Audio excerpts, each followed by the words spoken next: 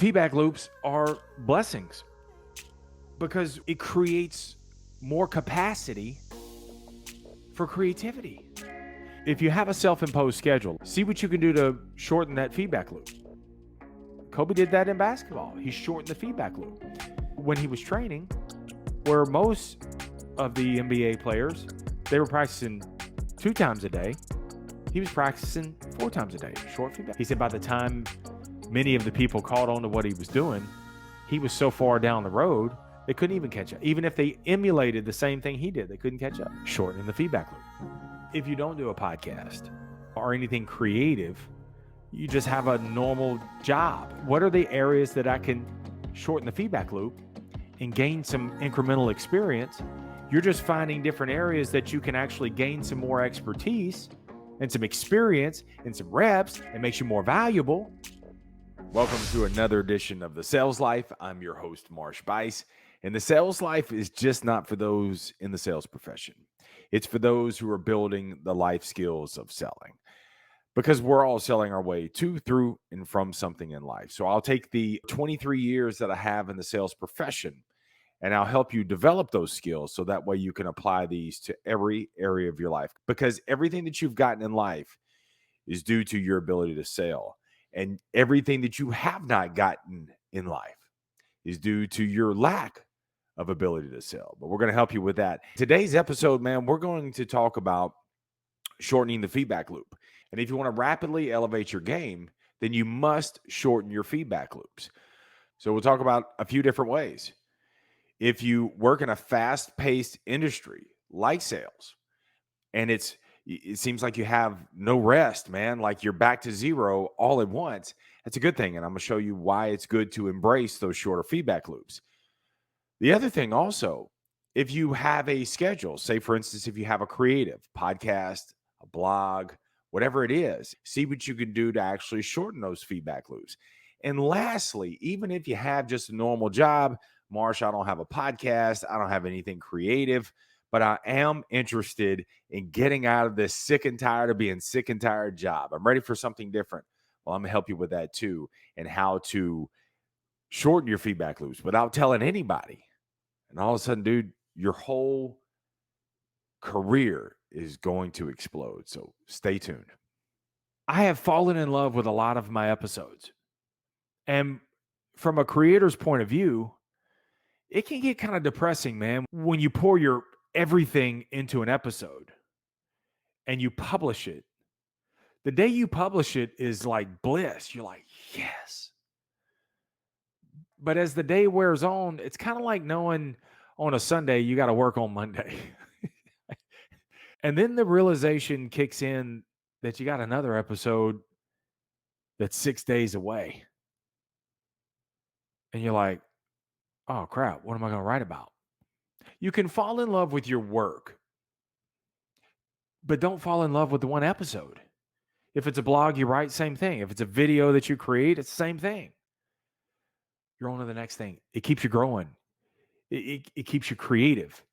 It keeps you elevating because you're putting in the reps, because you're getting the experience from there. Being focused on that one episode or that one creative with a long feedback loop is almost like a receiver making a brilliant catch. And all he does is he watches the replay for the rest of the game, when the rest of the game needs to be played. The feedback loops are blessings because it creates more capacity for creativity. Because I have another episode that is only just a few days away, and you better come up with something because you're on a schedule, then it causes me to constantly be aware, watching and listening for material that I can apply for the sales life.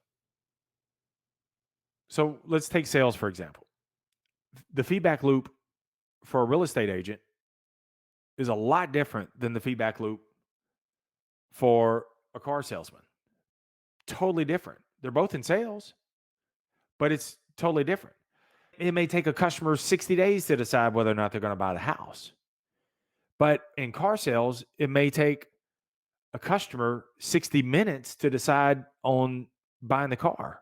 And because the feedback loop is so much shorter, it compresses everything where the salesperson not only gets the reps, he gets the experience, and he has to reapply that material over and over again. And it causes him to rapidly elevate his game. That's why I say some of your best salespeople are car salesmen, and your best salesmen are often waiters. And the reason being is short feedback loop. They have to wait on the customer, the experience. Things go wrong, have to be creative. They got multiple things going on at once, right? And so all of these plates are spinning, multiple feedback loops going on at once. But the know-how they get out of this, the reps, the experience, and can all be reapplied. So embrace the feedback loop, man. A couple of things that I want you to really think about. If you have a self-imposed schedule like I do for the sales life, see what you can do to shorten that feedback loop. Instead of me coming out with one every 7 days, I may come out with one every 2 or 3 days. It doesn't have to be every single week, but see what you can do to throw an extra episode in there. And what it'll do is you'll get some extra experience. That's what Kobe did, right? Kobe did that in basketball. He shortened the feedback loop. When he was training, where most of the NBA players, they were practicing 2 times a day, he was practicing 4 times a day, short feedback loop. He said by the time many of the people caught on to what he was doing, he was so far down the road, they couldn't even catch up. Even if they emulated the same thing he did, they couldn't catch up. Shortening the feedback loop. How can I implement shorter feedback loops? So, say for instance, if you don't do a podcast or anything creative, you just have a normal job. What are some different areas within that field that I can actually shorten the feedback loop? Meaning that I can self-impose and get a tighter schedule on it. If it's something that, I don't want to be stuck in this job for the rest of my life, well, what are you doing to shorten that feedback loop? I want to move up without telling anybody or asking permission. What are the areas that I can shorten the feedback loop and gain some incremental experience? You're just finding different areas that you can actually gain some more expertise and some experience and some reps, and makes you more valuable. And lo and behold, they create a new position for you. And then lo and behold, someone sees you on LinkedIn and says, "You caught my eye.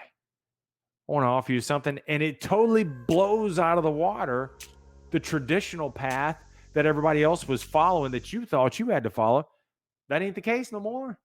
Boo-boo, I'm gone. I'm on a new level. All right. So keep that in mind. Hey, thanks so much for catching another edition of The Sales Life. If you want to take it to go, if you like podcasts, I've got nearly 700 episodes of The Sales Life that you can catch wherever you listen to podcasts. But also, I urge you to stay tuned, man. Got more for you in store.